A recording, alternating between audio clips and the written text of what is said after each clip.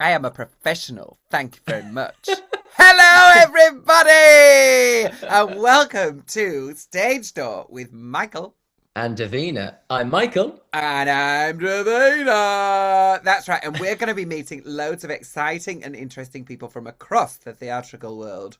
Yes, we're heading to stage doors to meet all of your favourite theatre stars. Oh, yes, we are. And we're getting all the news and gossip from what's happening in the theatre world and with them to try and get to know them a little bit and what makes them tick. Today, we are very lucky to be joined by actor, singer, cabaret superstar, and of course, the star of Unfortunate, Sam Buttery. Woo-woo! Welcome to the stage door. Hey there. Hello, superstar. How are you? I'm good. I'm dressed appropriately for today because I'm channeling Norma Desmond. Yeah, And that's I what I was think getting. exactly. Let me see if I can position the light to make a shadow light. No. She's she's giving us top of the stairs with one look. I love that. Exactly. The maniacal stare. All those faces in the dark. I would, you know what? I would love you in Sunset. I think you'd be an amazing Norma Oh, Desmond. I would love that. I've got all the bitterness a faded a faded star that never actually was. I mean, at least Norma was successful. I'd just be bitter without Norma's CV. Ah, Oh dear. well, darling, we are so excited to chat to you. And there's so much for us to get stuck into. But first, take us right back to the beginning. What was life like for little Sam, and how did you get into performing? Well, I started singing with these little opera tapes that my nan gave me. Um, and then they used to call me Samarotti. It was really annoying. Um, and then my first like proper singing thing was I was part of a gospel choir, a Seventh-day Adventist gospel choir. That's sort of how I learned to sing. And then my first thing was in the school play. I played Oliver, but I was always chubby. So when they were like, "Please, sir, can I have some more?" They were like, "Oliver, you've had enough. Oliver, you've already had your fair sh and all the other orphans." It didn't quite it didn't quite resonate in the same way, but I was the only one that I was the only one that could actually sing, so they just thought they'd overlooked that really crucial part of a starving orphan. I was a plentiful orphan. Oh gosh. Maybe the starving was more metaphorical, starving for any authenticity within one's gender. So you knew you Wow. could sing from that age then? Yeah, I did. I used to love. I had this elliptical trainer in my house because apparently I was a 1980s widow from New York. But I had I had an elliptical trainer in my house, and I always used to sing along to M People and Heather Small, Oh. and that's when I remember looking in a mirror at myself like a maniac. Oh, oh, Yeah, oh, exactly. Yeah, yeah, oh. yeah. Just looking at myself in the mirror, being like, I'm a star. Like, We've all done it. Like like Norma exactly. Desmond. Yeah, like Norma Desmond, and now like what's her face, Mia Goth in Pearl. Oh. I'm a fucking star. Yeah. But I I think that love was how that. I think that was how I navigated the Midlands, really. I think you have to find a way. I think you have to find a level of dissociation, and mine was elliptical trainers, M people, and staring in the mirror saying I'm a star. So obviously you've done loads, like from all over, lots of different types of performing. How do you sort of juggle everything that you've been up to? Is there something that you can focus on, or do you have any sort of techniques as to how to Well, I'm used to keep juggling focused? things. I'm used to juggling things because I've got two great big tits. So I'm used to juggling. I'm used to juggling more than a handful, fellas. Um, but no, I think I am neurodivergent of some sort, but not um in like a sort of I've I had OCD and I no longer really live with the presentations of it, but it does make your brain a bit weird. So I Mm, think because of that, it equipped me with the ability to manage lots of different things at the same time, lots Mm. of different thoughts, lots of different manias. And I think that then becomes transferable to cabaret and theatre and filming because you're just used to I'm used to dealing with the 10 thoughts in my head. So mm, having three things to do outside of it feels like a doddle now. yeah. A friend of mine talks about it as like hats that she can only wear kind of two or three hats, different hats in a week. Obviously, for us, it Exactly. would be turbans. But if, like, Exactly. No, I've just gone straight into the literalness of it. I'm like, well, I only really suit one or two hats. So I understand you were doing a metaphor, but I've just gone straight into it's buried in head wraps for me, love. It won't be This is anything my else. interview head wrap, and then Yes, exactly. I do have this fabulous Philip Tracy hat, that oh, this rich Swiss lady gave me when I went back to her house at like 6 a.m. and in like St. John's Wood or somewhere like that in 2017 um, before I became sober. I No, so love the Michael, like Ursula laugh already. I love that. You perfected that. I love that. exactly, darling. so so you juggle all of these different things, and then in 2012, you auditioned for The Voice, Oh um, yeah, and how that's bizarre. like such a, a a completely different time. 2012. When we think about what it was like in the 80s, everything moves so much faster now, and the world has changed so much in just those 10 years. It's massive, massive the change. What what's it like looking back at that experience now? And then, obviously, is there anything that you learnt in that process that has kind of helped you for the rest of everything else that you've done since? It it doesn't feel like me, that person that I'm looking at. Mm. It feels like a fabulous Leah Delaria impersonator. I feel like I'm more she's that butch lesbian from Orange is the New Black. Yeah. But just think that I'm female like, I don't butch. Yeah. She's know. also a fabulous musical theatre performer. Mm. So actually you need to brush up, Michael. Please, I Michael, know. please brush up. If you're gonna be if you're going to be doing these type of podcasts, you need to brush up. Anyway, I'm not here to berate you, Michael. I it doesn't really feel like me. It feels like a weird thing to look back on that person. Mm. I remember someone commented in the comments of the YouTube, why is the why has he got hair like a croissant? And and I did. And on reflection, I think that was actually a true observation. But I look back on that time and I just think how strange. I did an English degree at university, and it was my sort of way out of doing that. I Mm. dropped out of uni to do The Voice. I picked it up 10 years later. Um, when I was doing Jesus Christ Superstar at the Barbican, I was like finishing my degree at the same time, and it just felt like a way out of doing something that I didn't want to do really and be an academic.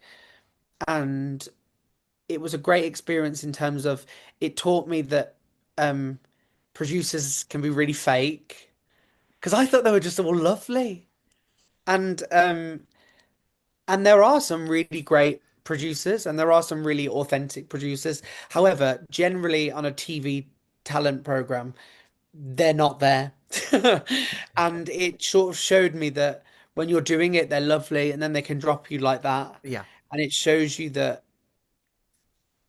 you how disposable you are, which sounds a bit bleak, but it shows me that the end game is enjoying yourself and trying to work consistently. Mm. And before it, I thought the end game was the glamour and the glitz and the stardom and the validation and oh my God. And now I realize what makes you happy is just going into work, making a show, and having fun, I think. And And that's what a phenomenal like journey as well that you go, I'm doing this English degree. No, I'm not. I'm going to go and do the voice instead. And then you work, as you say, consistently since then, either in cabaret or as an artist or in shows or, what a phenomenal journey into the industry. that and a fabulous one. And the voice like kind of didn't really do much for me in terms of jobs, but it just sort of sparked me on a new path. Like how I got my first job and how I got my agent was I messaged, Daniel Lismore, Yeah, yes. that big tall artist. Yes, I Um, met Daniel out in Ibiza. I was doing a show out in Ibiza with this other drag queen from Newcastle, and Daniel was friends with this other drag queen, and he just came with his whole family. And the show that we were doing, the person who owned the show was like, "This is a 2-star show for 2-star people." I thought he meant that it was me and Neil who were the 2 stars. No, he didn't no, mean it like that. I was gonna say two shots, Dave, two shots, two shots. That's perfect for you and Daniel. You think the perfect job can't come along, and then poof, it does. I'm surprised that I wasn't booked. So you Oh, messaged Daniel. So I messaged Daniel saying on Twitter, being because Daniel used to run a fashion label called Mm, Sauropol at the time, which did all wacky stuff. Did all like at the time it did really fab people like Azealia Banks. I mean, not so much anymore. The other day she like did a tirade against Daniel and I loved it. I was literally like, I'll send it you after. The stuff she sent was actually apart from being transphobic, it was actually iconic. I'm oh, sorry. This I feel like my gauge for transphobia is so bizarre now after J.K. Rowling that I'm like, if it's got a bit of patter to it, I accept it. If it has, if it has some type of pentameter, I will willingly receive it, Miss Banks. But the and this one did, to be fair to her, she's a rapstress. So, but anyway, Daniel made close to people like her, and I just thought, oh my God, such a cool person, and had such like a varied career in art. mm, So I messaged on Twitter being like, "Hi Daniel, can we be friends, please?" And then Daniel was like, "Yeah, okay."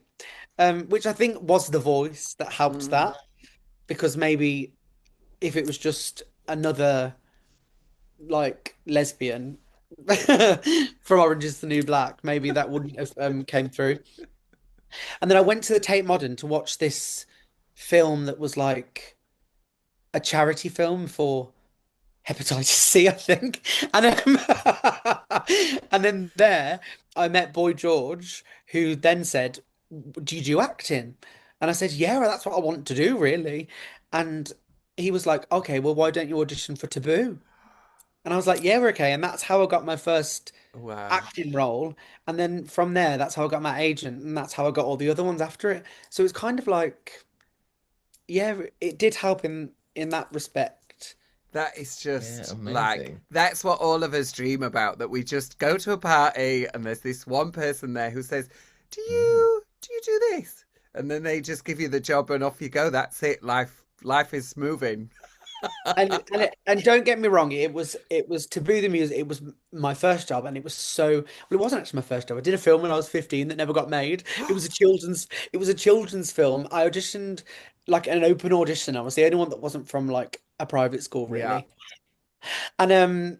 And because they like scout them from private schools for like younger like films, and I was just there like fledgling homosexual from Tamworth, and I got in there, but that was my first job, but it never actually got made. So Taboo was my like actual first job, but the amount I got paid for the film was also the amount I got paid for Taboo a week, which was £320 or something like that, and it wasn't Wow. very much.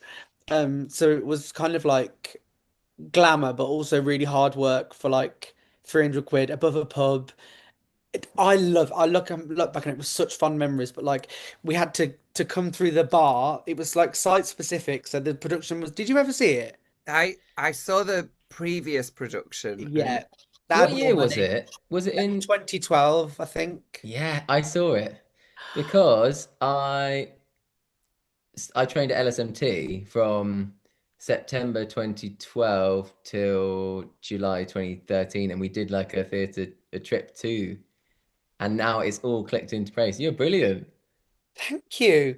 And you That know, I was your got like, first thing. yeah, that's my Well, first there show. you And go. I got naked as well, didn't I? Do you remember Yeah, that? I It was so bizarre. I've already seen you naked. Yeah, exactly.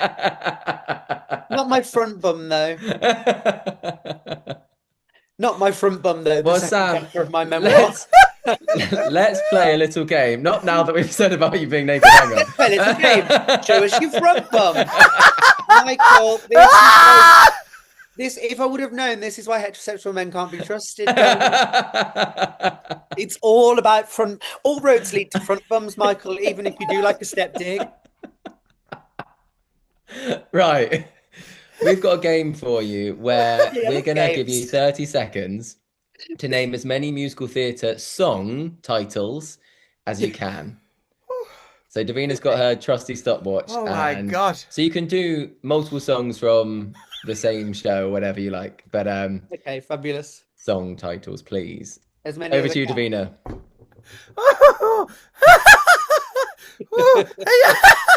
Are you ready? After Yes. 3. 1, 2, 3, go!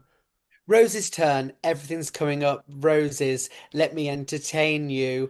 I don't know how to love him. Gethsemane, heaven on their minds. Herod's song. Memory. Rumpelty. What is it? Fucking. No, not that one. Rumple foreskin. Cats. It is. So much better. Legally blonde. Oh my God, you guys. Ireland. Done. Was that 14? I got no idea. You It's were not lost after Rumple Rumple Foreskin. Foreskin. Who's Rumple You took Teaser? Mango Jerry Rumple Mango Teaser. Daddy and Is Rumple that a Foreskin. song title? It is now. It's word association, isn't it? Yeah. It's so very We'll give you unfortunate. 14. Well Oh. done. Thanks. Oh my goodness. That has killed me off. 14's good though. That's a great number. That is Rumple good. Foreskin's not right, and I am sorry about that. Yeah, I was very impressed with Rumple Foreskin. But we are here It to sounds talk like my about. looks. So I don't. Sometimes things go in, don't they? Like subliminally. So tell us all about Unfortunate. You are starring in Unfortunate at the moment. What is it that audiences can expect? The audiences can expect from Unfortunate, darling, fun, filth. I am absolutely gorgeous. I have huge breasts. So they are actually quite a feature of the show. Not intentionally, but it's difficult to miss. And no, can expect topless men. Oof. I was going to say topless thems then, but you can't. There's no non-binaries in it. There's loads of non-binaries backstage. It's fabulous. Honestly, that's what that's what I need. Non-binaries backstage. I feel in safe hands. And and I'm laughing at something that happened that I can't repeat. So you can expect fun, filth. It's actually really well written, you know. I think sometimes you think like a parody musical is going to be a load of old shit, and it's actually fabulous. I love doing it. The songs are great. The script is really, really funny, and I defy anyone not to have a good time. Actually, someone that I know that does spoken word, like really sincere spoken word, um, I don't think was keen at the beginning of the show, which is great in my opinion. And then they liked it at the end? Yes, they did. Okay, yeah, that's But when at the you've end- won somebody round, they come in with a specific Exactly. idea of what it should be, and they're like, "Oh, I don't think I like this," and then by the end of it, you've Exactly. won them over.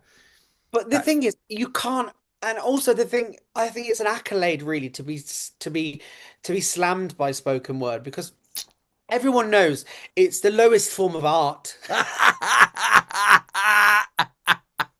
Well, I actually got to see the show in its previous iteration when it was in You don't Salford. want to, no, you don't want to see that because it wasn't with me. No, it wasn't with you. So are there any major changes? Because the way that people obviously the way that people interpret parts is always very, very different. And then, depending on whether the creative team changes or stays the same, or they get feedback from outside eyes or dramaturgs or whatever. So have there been any major changes within the show itself?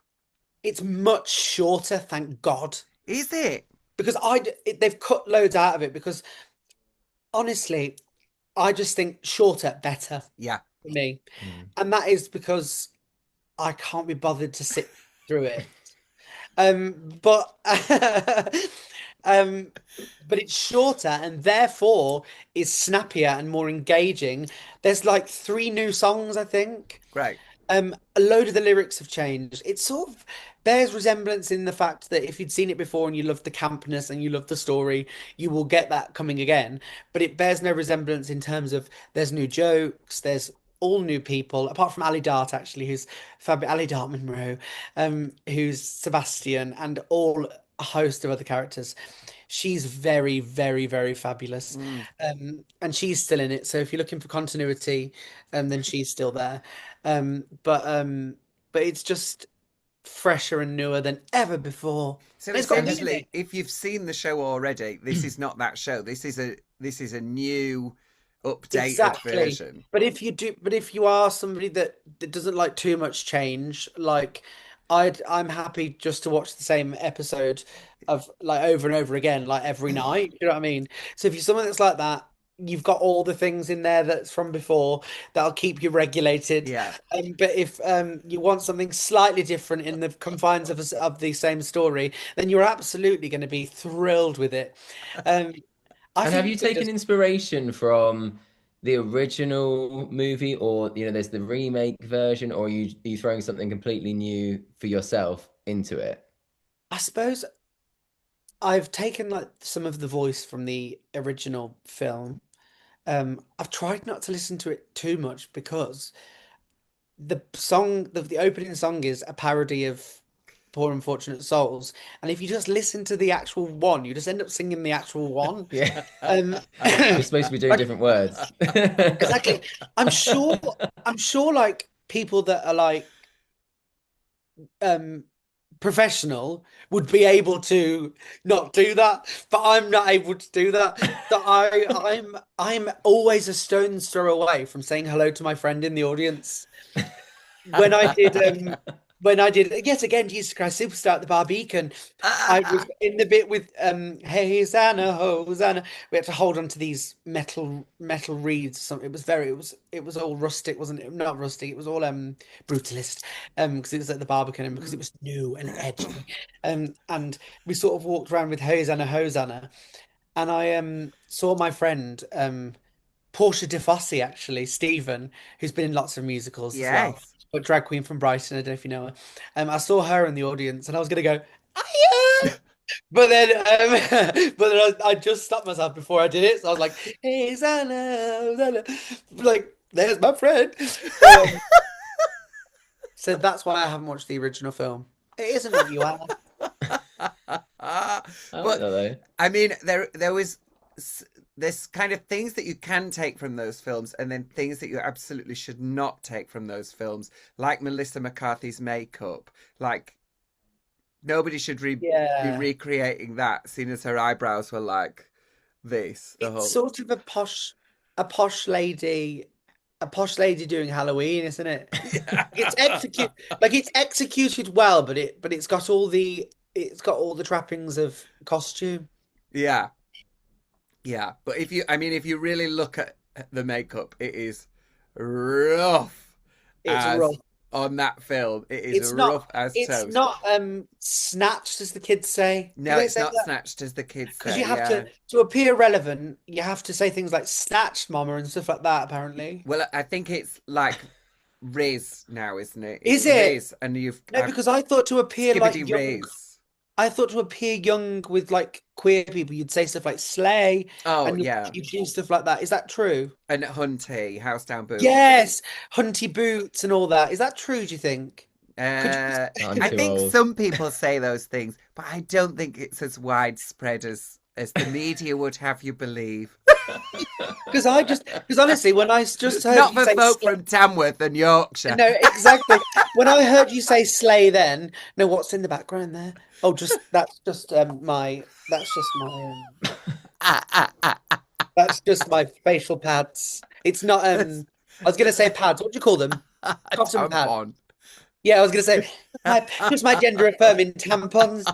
It's just my gender delusional tampons.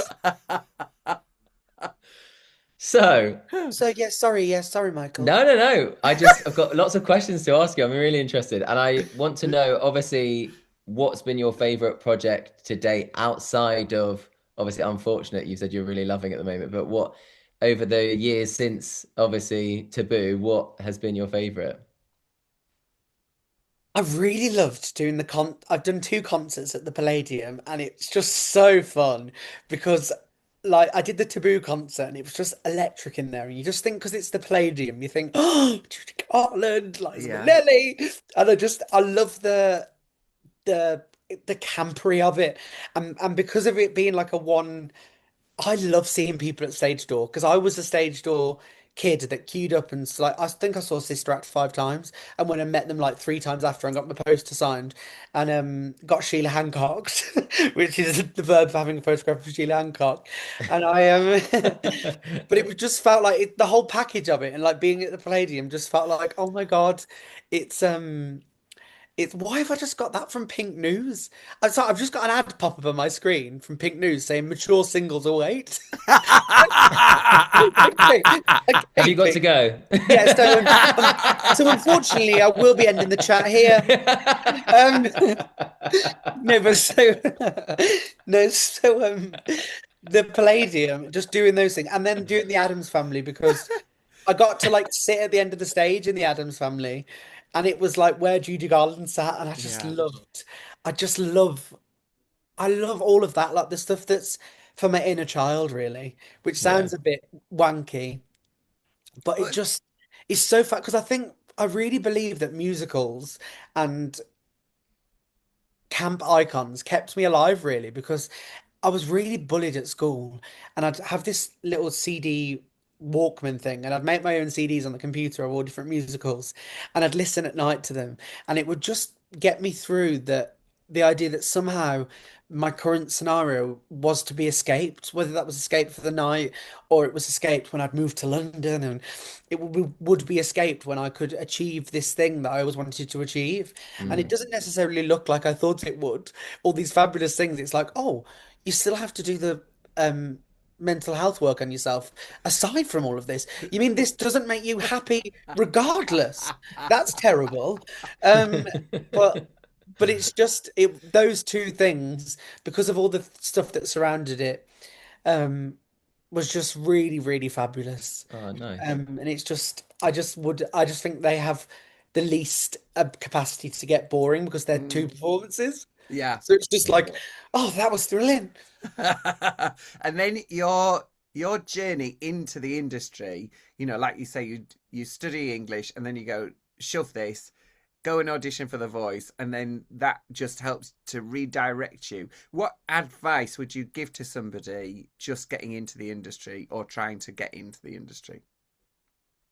I think the advice I'd give to myself is probably the only advice that I can give is focus on authenticity and mental health. Mm, Because if you're in a place where you don't need these things to solve something that's happening under the surface, then you are just able to tackle them in a much healthier way.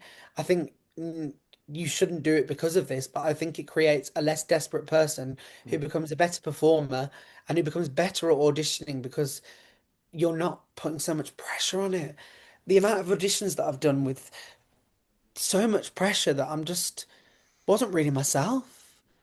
And I Mm. think if I could have just been myself sooner, then maybe I would have had a nicer time. Yeah, Yeah, it's I, really good advice. I think that is great Mental advice. health, just focus on your mental health and breath work. I love breath work. I love, Yeah, yeah. any students or anybody who's new in the industry who's like stood at the side of the stage and they're stressed as hell, I'm like, okay, this is what my lecturer gave me. So all of your emotions are held up here in your chest. So take your hand, put it down on your belly and breathe into your hand like you're expanding a balloon because that helps to just ground you. You're going to breathe in, you're going to breathe out. You're going to breathe in, you're going to breathe out, you're going to breathe in. And as you walk on stage, you're going to breathe out and leave all of that stress, all of that worry, all of that anxiety, all of that stuff that you're worried about. You're going to leave it there so that as you walk on stage, you are the best version of yourself. And I mean, for me, that was like revolutionary. You know, it's so Mhm. stupid, just one little thing to just switch your brain and go, oh, okay, yeah.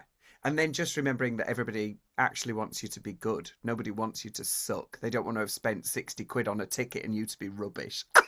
And also, exactly. And also, nothing is that important. No, Yeah. no. Cabaret has taught me that Yeah, you get audiences that don't give a shit about yeah, you. yeah.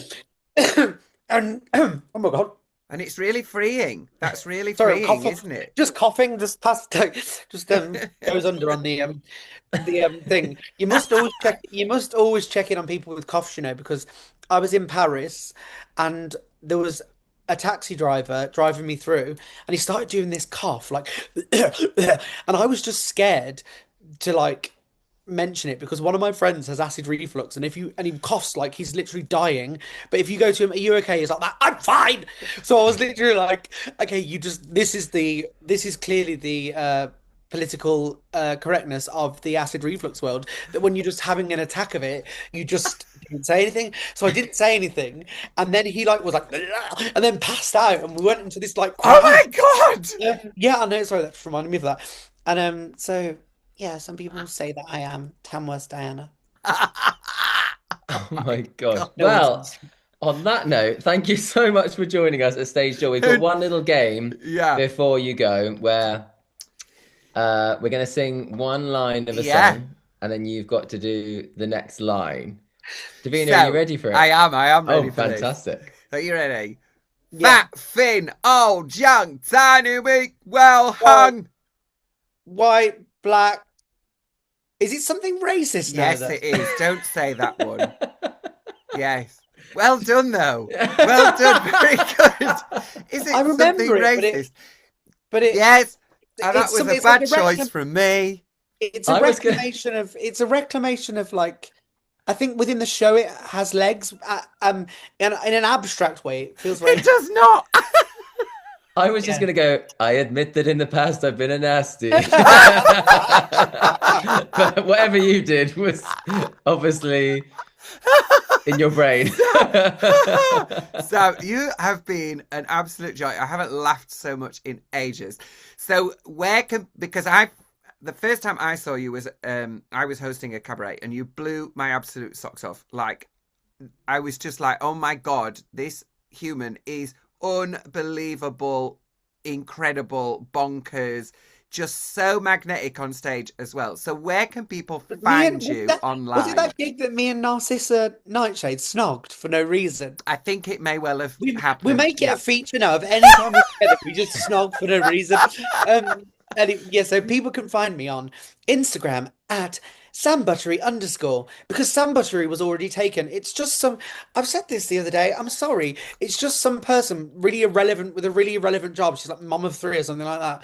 And she's just taken my name. Well, it's her name too, but she's taken the handle. So it's Sam Buttery _. That's Sam Buttery _ There you Gorgeous. go. We'll Thank you so much. and I'll come and see you in Unfortunate. I can't wait to see you in it. Bye, love. Thank you so much for joining us at Stage Bye. Door. See you later. Bye.